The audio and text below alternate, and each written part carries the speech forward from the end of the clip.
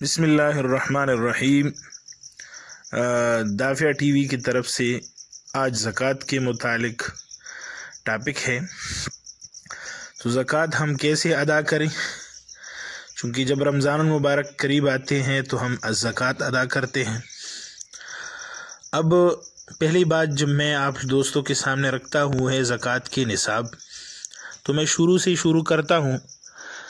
زکوٰۃ 100 میں سے 2.5 روپے ہے، اور 1000 روپے میں سے 25، 10,000 روپے میں سے 250، 50,000 روپے میں سے 1250، اور 1 لاکھ میں سے 2500 روپے۔ اب 1 لاکھ میں سے 2500 روپے ہے تو 2 لاکھ میں سے 25 اور 25 کو ملا کے تو یہ 5000 روپے ہو گئے۔ اس طرح 3 لاکھ میں سے 7500، 4 لاکھ ہوگا تو یہ 10,000 روپے ہوگا۔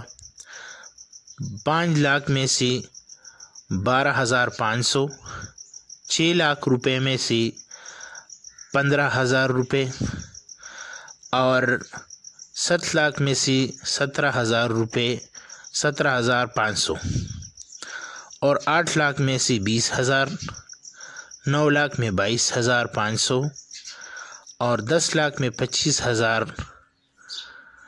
اور اسی طرح 20 لاکھ میں سے 50,000، 30 لاکھ میں سے 75,000، 40 لاکھ میں سے 1 لاکھ، 50 لاکھ میں سے 1,25,000، اور 1 کروڑ میں سے 2,50,000، اور 2 کروڑ میں سے 5 لاکھ۔ اسی ترتیب کے ساتھ جو ہے زکوٰۃ کا حساب لگائیں گے۔ اب دوسرا مسئلہ یہ ہے کہ زکوٰۃ کن چیزوں پر ہے؟ تو زکوٰۃ 4 چیزوں پر فرض ہو جاتی ہے: سونا اور چاندی، زمین کی پیداوار، مالی تجارت، اور جانوروں میں۔ اس طرح اب زکوٰۃ کا حکم کیا ہے؟ تو زکوٰۃ کا حکم ہر مالدار مسلمان مرد عورت پر زکوٰۃ واجب ہے، خواہ وہ بالغ ہو یا نابالغ ہو، عاقل ہو یا غیر عاقل ہو، بشرط یہ کہ وہ صاحب نصاب ہو۔ اور زکوٰۃ جو ہے وہ حلال پیسوں سے ادا کی جائے۔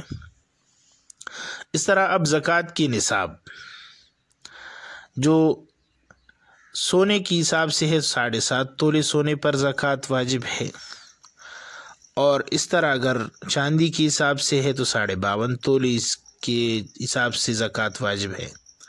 زمین کی پیداوار میں سے جو نہری زمین ہے اس میں 20% جو ہے عشر ہوگا، اور جو بارانی ہوگا اس میں 10ویں حصہ جو ہے وہ عشر ہوگا۔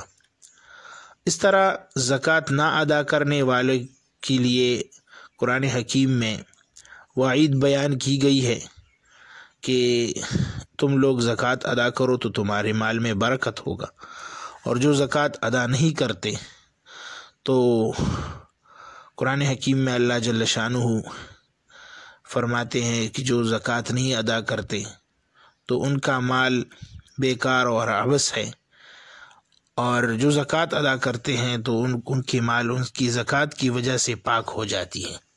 تو لہذا ہمیں چاہیے کہ یہ مختصر ویڈیو سن کے زکوٰۃ کے متعلق اس سے کچھ حاصل کریں۔ شکریہ واچ کرنے کے لیے۔